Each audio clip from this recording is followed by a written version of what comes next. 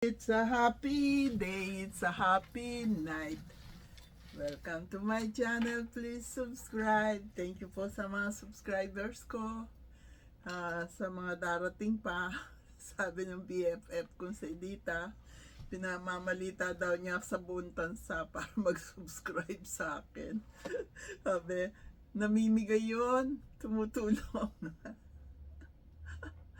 Pahinga po muna ako itong month of February kasi nagko-concentrate ako ng eto sinulat ko lahat yung numbers ng mga references ko tatawagan. Hindi pa sapat sa kanila yung 3.5 years ako doon sa inalisan ko. At kahit hindi ko trabaho, tinatrabaho ko. Kasi dito po kasi pagka kayo'y babysitter, talagang babysitting lang, walang trabahong bahay.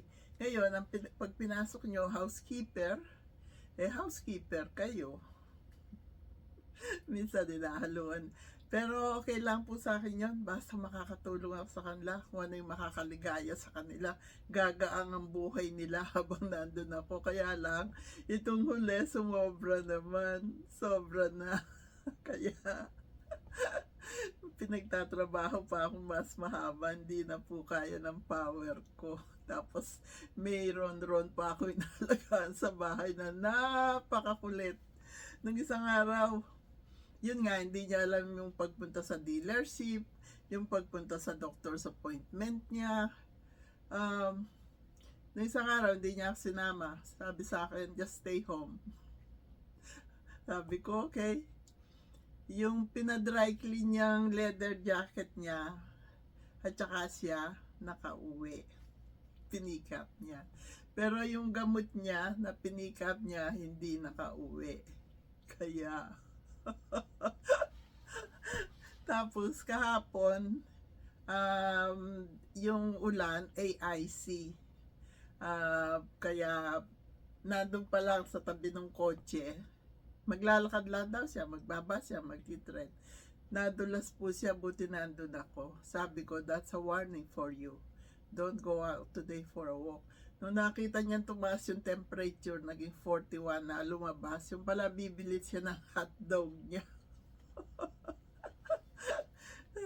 Kasi nung gabi, yung binili kong chicken, yung, ang mahal pa naman, yung healthy choice. Yung pala, walang lasa. Kaya inadobo ko, kinain namin. Pero kagabi, bumili siya ng hotdog niya. Kaya pala nagpilit na lumabas. Bawal po sa kanya yon, yung mga preservative noon at saka yung salt, bawal sa kanya. Pero pinabayaan ko na, nabili na niya eh. Tinago niya sa taas.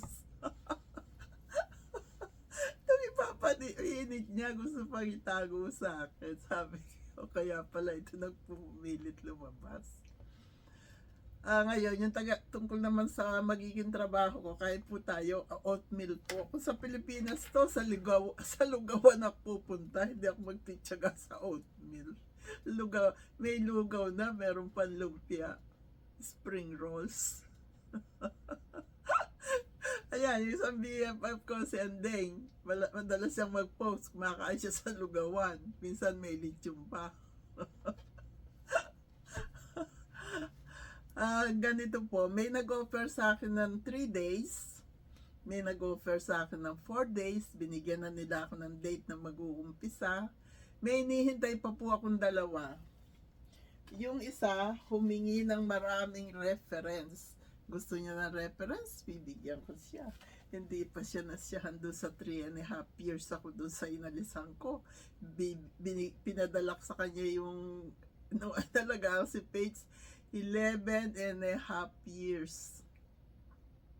Yung kay Alex naman, 3 years. Tumatagal po ako pag gusto ko.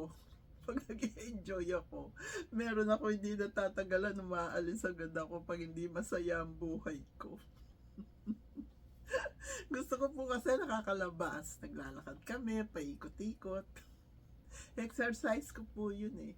Ngayon nasa bahay lang ako, naboboard ako. Kasama ko si Ron na napakakulit.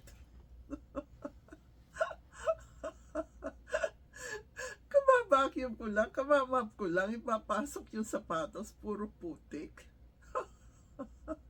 Sabi ko, kung batang maliit ka lang, sit in the corner ka, face the wall. Pero hindi ko po ginagawa yun sa mga alaga ko. Lahat ng inalagaan ko, mababait sila. Ngayon, itong weekend, magpapasya na ako kung saan nakapapasok. Kasi, ayoko po naka-standby ng matagal sa bahay. Dahil yung humingi po ng maraming reference na yon, sa April pa niya pinag-uumpisa. Katapusan ng April or first week of May. Hindi ako pwedeng magtagal ng ganon. Sabi ng mga anak ko, mag-TikTok ka, mag-vlog ka, mamasyal ka. Hindi ko po gusto yung hilig na yon. Gusto ko ang makahiligan ko magtrabaho at kumita ng pera. Hindi ko sasayangin yung lakas ko sa pamamasyal. Gusto ko yung meron akong kita. Okay po. Masaya po ako dahil sa edad kong ito, sa itsura kong ito, pagka nakita nila ako, nagugustuhan pa rin nila ako. Siguro dahil masayahin ako. yung nag-offer sa akin ng 3 days, meron silang aso maliit. Kumandong agad sa akin yung aso. Sabi ko, we are already friends. Gusto nila yon kasi yung mga aso nila rito, baby nila. Tapos yung baby nila, ang nakahiga sa sahig, nagkakakawag doon. Kaya, dahan-dahan kong nilipat sa upuan yung aso, kinuha ko yung baby. Sabi ko, come on, let's talk. Let's have fun together. You are so cute. Oh, I already love you. Gusto nila yung mga salitang yun. Ganun po ako makipag-uusap sa kanila. Kaya nagugustuhan nila ako. Pag aalis na ako, inahag pa nila ako. Gustong gusto raw nila ako. Ganun po ako magpa-interview. Pagpasok ko pa lang, good morning everyone. I'm here.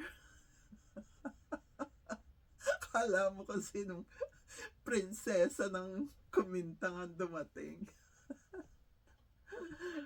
Ganun po ako, masayahin ako. Kahit hindi ko pa sila nami-meet first time, parang matagal ko na silang kakilala. Oh, I like your house. You have a beautiful house. Eh talaga naman, mga mayaman, magaganda mga bahay sa loob-loob ko. Papalinis din ba kaya sa akin ito? Eh minsan, masyado akong mapakialam. Ayoko nakikita may maruing plato sa lababo, may nagkalat-kalat, nililigpit ko. Sabi pa sa akin ng mag-asawa, you know what? When she's sleeping, you can sleep on the couch next to her. Wow! Pinanggalingan ko, hindi pwede yun. Nakaupo nga lang ako, pinapatayo ako, may pinapagawa sa akin. Sabi sa akin, when she's taking a nap, you have all your time. You can watch TV. I will show you how to turn on the TV. You can read books. You can look at your cellphone. Doon sa pinanggalingan ko, hindi pwede lahat yun dahil non-stop. Walang pahinga. Masaya naman po ako. Mababait lahat yung nag-interview sa akin. Hindi ko lang nagustuhan. May mga malalaking aso. Pero itong dalawang pupuntahan ko sa Sabado, kung matagal pa nila akong pag-uumpisahin, para mag-umpisa ako ng napakatagal, maboboard ako. Hindi ko tatanggapin. Tatanggapin ko na yung 4 days a week, okay na sa akin yun. Para mahaba-haba ang day off ko. Okay po. Tinatanong ba ako ng mga anak ko, May, kayan mo pa ba? Bakit? Anong palagay niyo sa akin? Yun nga, 35 pounds, 39 pounds, akyat manaog kami doon sa hagdanan nilang mansyon. Hindi, kayang-kaya. Exercise ko yun eh. Kasi pag tinigil natin ang paggalaw-galaw, hihina po tayo. Kaya itong trabaho dito sa bahay namin, minamani ko lang po ito. Hindi exercise ito. Ako yung nag-exercise pa rin sa basement. Kaya Okay po ako. Masaya po ako. Yung nanonood sa akin ng mga video, kilala ko kayong lahat. God bless your heart. You still love me kahit hindi ako magla-live sa March Fan Live ko. Kaya, thank you, thank you. You're so very kind to us. Thank you. God bless us all. I love you all. Enjoy nyo po yung mga video ko, please. Lalo na yung mga patawa ko. Okay po. Love ko kayong lahat. You are all in my heart. Ako naman bigyan nyo ng love. Panoorin nyo naman mga video ko tsaka YouTube ko. Please po. Okay po. I love you all. God bless us all. Malamig na yung aking oatmeal. Kaya papainit ko na uli. Okay po. I love you all.